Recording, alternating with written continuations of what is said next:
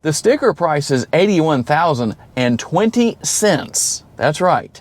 So if you need that 20 cents, you need to get over the hump to buy this Expedition. Let me know. I promise I'll loan you the 20 cents. Let's see what else you get for that sticker price.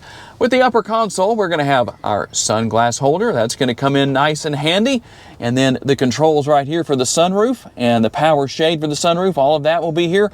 We can come right here and hit the buttons to turn on our lights. And then we'll have our rear view mirror right here. Nothing major to talk about there. But as we work our way down, you can see all of the different trim work here across the dash area. The Expedition name is going to be here. We work our way over. I'm going to let my cameraman open the glove box for you just to show you what's there. There is a little bit of storage space in there. On the passenger side door panel, again, that nice, large, comfortable armrest.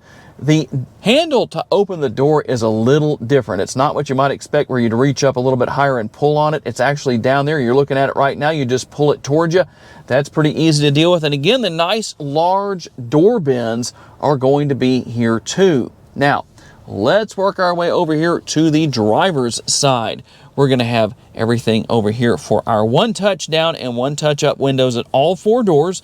You can determine which mirror you are adjusting right there. We can hit the button right here, and guess what? There's that power folding functionality taking place one more time, and we have our lock and unlock buttons. All of that will be here. And let me show you your drive mode selector, which is right down here. Depending on what drive mode you need, you can come up here and see that on the dashboard area. You've got normal, tow haul mode, the eco is going to be here, sport mode. Then we have slippery and off-road. Just so you know where that is, where that's located, try and give you a better look at what all is down here. Kind of a hard view to give, but there it is.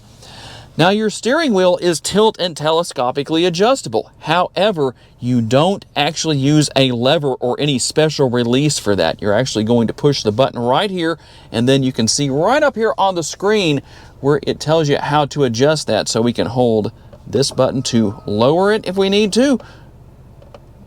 Lower that and then bring it back up. Now you're going to want to make sure that you're actually on the arrow because it can be over here. So make sure you're on that, then it's going to work. Then we go down and we can adjust it telescopically with the arrows on the sides right there, just so you can kind of know what's going on there. And to get out of that screen, we just scroll on over here, hit that button, and there we go. So the steering wheel controls are a little bit on the interesting side. Depending on what you need to do, you're using it as almost like a trackpad. There's everything for cruise control. That's going to be there. You can hit that button right here to bring all of that up. It's all here. And a very interesting shape for the steering wheel. It's a little bit different. Takes a little getting used to, but there it is.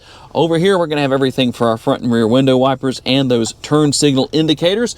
And here's something that makes you hopefully encouraged to use your turn signals. Now that effect you see on the screen is not really happening. That's just through the lens of my camera, but it ultimately gives you the view of your blind spot right there if you use your turn signals. Nothing to talk about over here on the right side of the steering wheel because the shifter is right down here. So it is a dial shifter. So depending on what you need to do, reverse, neutral, drive. Now you'll have to tell me what you think about this. When you go into manual mode, here is where you gear up and gear down. Now that can help with towing and slippery conditions and things like that, but it is very interesting. And tell me what your thoughts are about this driver's display. It is very different from anything you're going to see anywhere else, that's for sure. Now let's talk about our center screen. Now, a lot of the controls are going to be in the center screen, such as the air conditioning. If you need to adjust your seats, you've got your heated and your cooled seats here. We can do all of that.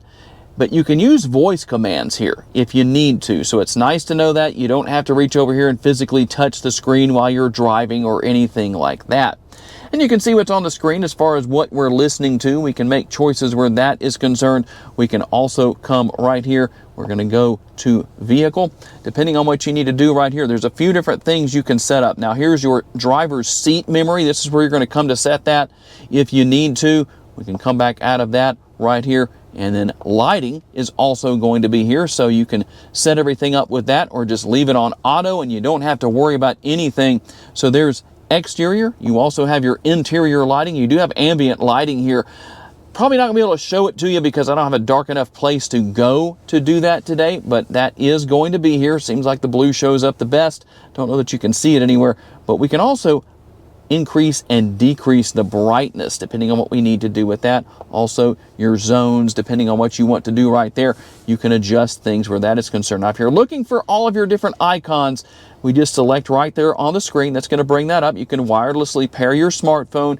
You're going to have Google Maps and all of that good stuff is going to be here. Google Assistant, where you can say, hey, you know who. That's going to help you out to control a lot of functionality here. You do have your Sirius XM and all of your different options for the radio here. And as you can see, there's Apple CarPlay. You've got towing right here. If you want to go in and work with that, you can do that. We can come back out of there. And guess what? You can even watch YouTube on here. So you can watch my videos, not while you're driving down the road, at least not for the driver. So don't do that. But we have all of our different options here. Depending on what we need to do, we can take advantage of that. And I'm just going to push that just to see what comes up. I don't know that we can show you too much, but just so you can see that it's here. Now, we're going to work our way back to home right here. And down here, few more things to talk about below the screen. Number one, here's the control for your radio to turn that on and off and adjust the volume. You've got everything to turn the auto stop start off, all of your different things such as your park assist will be here, traction control, all of that.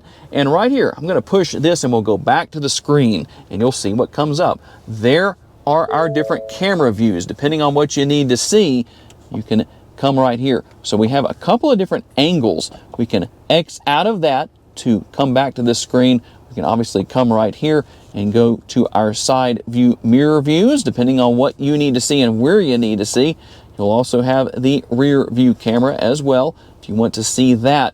And that's not all that we have right here. You can also come back. Let me get back in there. We can come right over here and select right there and see several different angles once again. Depending on where we need to see, we can just select that area of the screen. It's going to let us see it.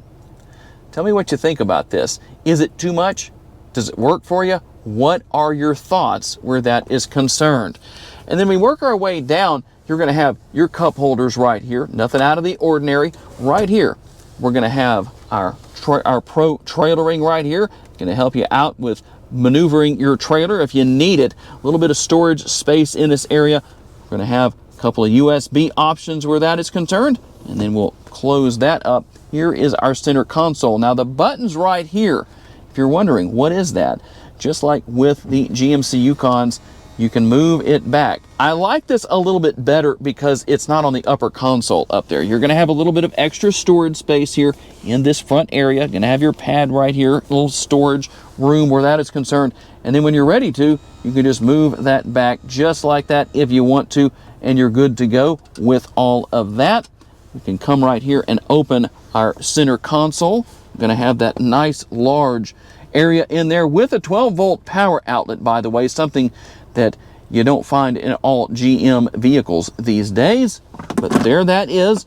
That can move back and forth. Quite a bit of space within the interior for different items of different size when it comes to storage.